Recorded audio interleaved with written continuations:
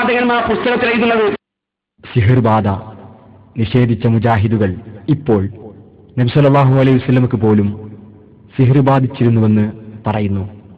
അഭൗതികമായി സാഹിറിന് നമ്മെ ഉപദ്രവം ചെയ്യാൻ കഴിയുമെന്നാണ് മുജാഹിദുകളുടെ പുതിയ വിശ്വാസം. മനസ്സിലായില്ലേ? അള്ളാഹുവിന്റെ റസൂൽ ഒരിക്കലും ഇങ്ങനെ ഒരു ചെറിയ സംശയം, എന്താ പൊത് ഇന്നലെ ഇപ്പൊ ഏത് ഭാര്യന്റെ അടുത്ത് പോയി, നാളെ എവിടെ പോകേണ്ടത്? നബിക്ക് ചെറിയൊരു കൺഫ്യൂഷൻ, എന്തോ ഒരു ഓർമ്മപ്പശക്ക് പറ്റിയതുപോലെ നബിക്ക് തോന്നി. അള്ളാഹു വഹീയിലൂടെ അറിയിച്ചു കൊടുത്തു, ഏതോ ഒരു ജൂതൻ, ബുഖാരിലെ ഹദീസാണ്, ഉപദ്രവിക്കാൻ വേണ്ടി ഒരു കിണറ്റിൽ കൊണ്ടുപോയി ഒരു ചീർപ്പും മുടിക്കെട്ടും ഉപയോഗിച്ചുകൊണ്ട് ഒരു കിണറ്റിന്റെ വെള്ളത്തിൽ എന്തോ മാട്ടുമാരണം നടത്തിയിരിക്കുക. ആ മാരണം ചെയ്ത വെള്ളം നിറവ്യത്യാസം വന്ന് കിടക്കുന്നതായിട്ട് കണ്ടു.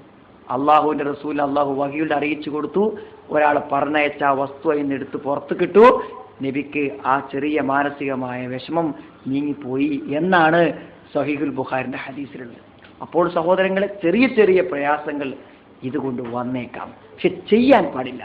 അള്ളാഹുവിന് മാത്രം പ്രത്യേകമാണെന്ന് പറഞ്ഞിരുന്ന രോഗമുണ്ടാക്കൽ എന്ന വിശേഷണം ഷെയ്ത്താനും വകവെച്ചു കൊടുക്കുന്നു ഇപ്പോൾ മുജാഹിദുകൾ.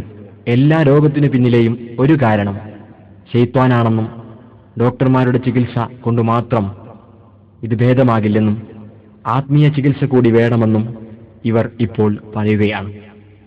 അതും പിശാചിലൂടെ ഉണ്ടാകും. വെറും മാനസികമായിട്ട് മാത്രമേ പിശാചിനെ ഉപദ്രവിക്കാൻ പറ്റൂ എന്നുള്ള ധാരണ ശരിയല്ല എന്ന് പറയാൻ രണ്ട് കാര്യങ്ങൾ. ഒന്ന്, അയ്യൂബ് അലൈഹിസ്സലാം, അദ്ദേഹത്തിന് ഇന്നി മസ്തനിയ ഷൈത്താൻ, അദ്ദേഹം ദീർഘകാലം രോഗിയായി കിടന്നു, കുടുംബം വരെ അദ്ദേഹത്തെ ഉപേക്ഷിച്ചു എന്നാണ് ചരിത്രത്തിൽ നിന്ന് വ്യക്തമാകുന്നത്. അപ്പൊ എന്താണ് അത്രത്തോളം എത്തി? അത് പിശാച് വരുത്തിയ രോഗം. ലോകത്ത് ഏത് രോഗമുണ്ടോ ആ രോഗത്തിനൊരു കാരണം ഉണ്ടാവും, എന്തെങ്കിലും ഒരു കാരണം ഉണ്ടാവും. ഒരു വൈറസ് അതിന്റെ പിറകിൽ ഉണ്ടാവും, അല്ലെങ്കിൽ മറ്റെന്തെങ്കിലും ഒരു കാരണം ഉണ്ടാവും, അല്ലേ? ആ കാരണങ്ങളിൽ, എല്ലാ രോഗത്തിന്റെയും കാരണങ്ങളിൽ ഒന്ന് ശൈത്താനാണ്.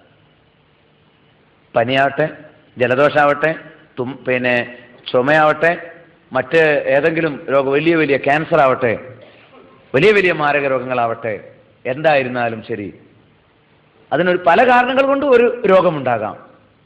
എല്ലാ രോഗങ്ങളുടെയും ഒരു കാരണം ശൈത്താനാണ്. മറ്റു കാരണങ്ങൾ കൊണ്ടുണ്ടാകുന്ന രോഗം നമ്മുടെ ചികിത്സ കൊണ്ട് തന്നെ മാറും. ഷെയ്ത്താൻ കാരണമായിട്ടുണ്ടാകുന്ന രോഗം മാറാൻ ഡോക്ടർമാരുടെ ചികിത്സ മാത്രം മതിയാവില്ല, പ്രാർത്ഥന വേണം. പിശാചിൽ നിന്ന് ശരണം തേടാനുള്ള മന്ത്രങ്ങൾ, പ്രാർത്ഥനകൾ നമ്മിൽ നിന്ന് ഉണ്ടായിരിക്കണം. ധാരാളം പ്രാർത്ഥനകൾ ആ വിഷയത്തിൽ പഠിപ്പിക്കപ്പെട്ടിട്ടുണ്ട്. ഇതിന് ഇവർ പുതിയ ചികിത്സാ കേന്ദ്രങ്ങളും തുറന്നിട്ടുണ്ട്. ആത്മീയ ചികിത്സകളെ പരിഹസിച്ചു തള്ളിയ മൗലവിമാർ ഇപ്പോൾ സകല രോഗത്തിനും പിന്നിൽ ശൈത്താനുണ്ടെന്നും കറുത്ത പൂച്ചയും കറുത്ത പട്ടിയുമൊക്കെ പിശാചാണെന്നും വിവാഹം മുടക്കുന്നത് ജിന്നാണെന്നുമൊക്കെ പറഞ്ഞ് അണികൾക്കിടയിൽ ഭയവിഹ്വലതകൾ സൃഷ്ടിച്ച് അടിച്ചിറക്കൽ ചികിത്സ നടത്തിക്കൊണ്ടിരിക്കുകയാണ്.